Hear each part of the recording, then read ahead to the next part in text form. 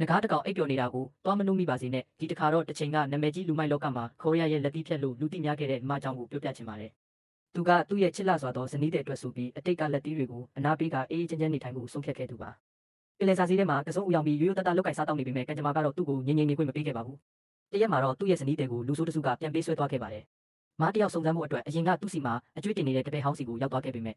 အဲ့ဒီတပည့်ကလူမိုက်ဆိုတော့ဆရာကိုတောင်ပြန်ပြီးငါဘာကိစ္စချီးထားတာပြန်ပေးရမှာလဲဆိုပြီးမရိုင်းပြလိုက်ပါသေးတယ်။ဒါပေမဲ့အဲ့ဒီမှာလည်းမရဲ့အိပ်ပျော်နေတဲ့သွေးတွေကနိုးထလာပါတော့တယ်။တပည့်ဖြစ်သူကသူ့လူတွေကိုမကိုပညာပေးဖို့လွှတ်လိုက်ချိန်မှာပဲလက်တီးတစ်ချက်တယောက်ပြုတ်ကျသွားတယ်နောက်တစ်ချက်အားလုံးဝရုံသုံးကားဖြစ်ကုန်တယ်။ဇနီးတဲ့ပျောက်ဆုံးသွားတဲ့နောက်မှာမာတုံစောဟာရဲတွေကိုပဲထိုင်ဆောင်မနေတော့ပဲသူ့နီးသူ့ဟန်နဲ့စတင်လှုပ်ရှားပါတော့တယ်။သူပထမဆုံးရှာတာကတော့မြေအောက်လောကမှာသတင်းချက်လက်ဆိုရင်ဝေလို့ရတဲ့ဝက်ဝုံလို့ခေါ်တဲ့သတင်းပေးတယောက်စီကိုပါ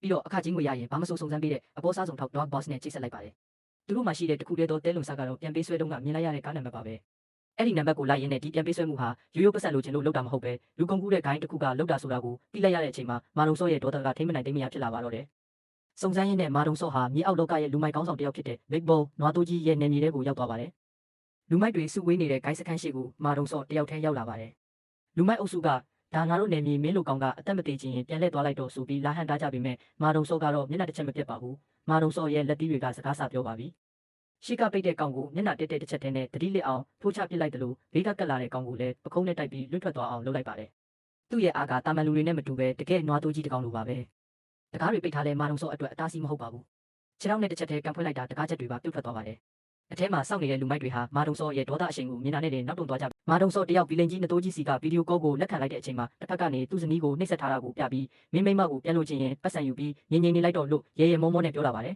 ။ဒါဟာမာတုံစောရဲ့စိတ်ရှိနိုင်စွမ်းကိုနောက်ဆုံးအဆင့်ထိစမ်းသပ်လိုက်တာပါပဲ။ပောက်ကွဲထွက်လာတဲ့ဒေါသဖုန်းထဲကလူနဲ့စကားပြောပြီးတဲ့နောက်မှာမာတုံစောဟာဘာကူမှဂရုမစိုက်တော့ပဲရှိမှရှိတဲ့လူဆိုးတစ်ကောင်ကိုစတင်ပညာပေးပါတော့တယ်။အဲ့ဒီလူဆိုးကသူ့ကိုစိန်ခေါ်တယ်လို့မျိုး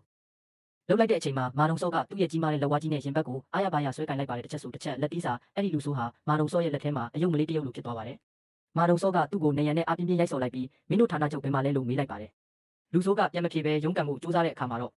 မာတုံစောရဲ့နာမည်ကြီးလက်တီးချက်ကဝဲဘက်ကနေဝေးပြီးမျက်နှာတစ်တဲ့ကိုအရှိန်နဲ့ကြားရောက်သွားပါတယ်။နတိုးကြီးကရေမောမောနဲ့မာတုံစောရဲ့ဇနီးတဲ့ကိုကျိုးတုပ်ချုံနှောင်ထားတာကိုပြပါတယ်။ပြီးတော့မာတုံစောကိုတိုက်ရိုက်စိန်ခေါ်လိုက်တာကမင်းမိမကိုအသက်ရှင်လျက်ပြန်လို့ချင်းငါပေးတဲ့ပတ်စံကိုယူပြီးဒီကိစ္စကနေအခုပဲထွက်သွားလိုက်တော့ဆိုပြီးအကြက်ကင်ပါတော့တဲ့ဒါဟာမာတုံစောအတွက်အကြီးမားဆုံးစိန်ခေါ်မှုပါပဲပတ်စံနဲ့ဇနီးတဲ့ကိုလဲမလားဒါမှမဟုတ်အသက်ကိုယဉ်ပြီးလူယုံမာကိုအဆုံးထိလိုက်တိုက်မလားဆိုတာရွေးချယ်ရတော့မှာပါမာတုံစောကတော့ဖုန်းကိုကြည့်ပြီးအေးဆက်ဆက်နဲ့တခုံးပဲပြောလိုက်ပါတယ်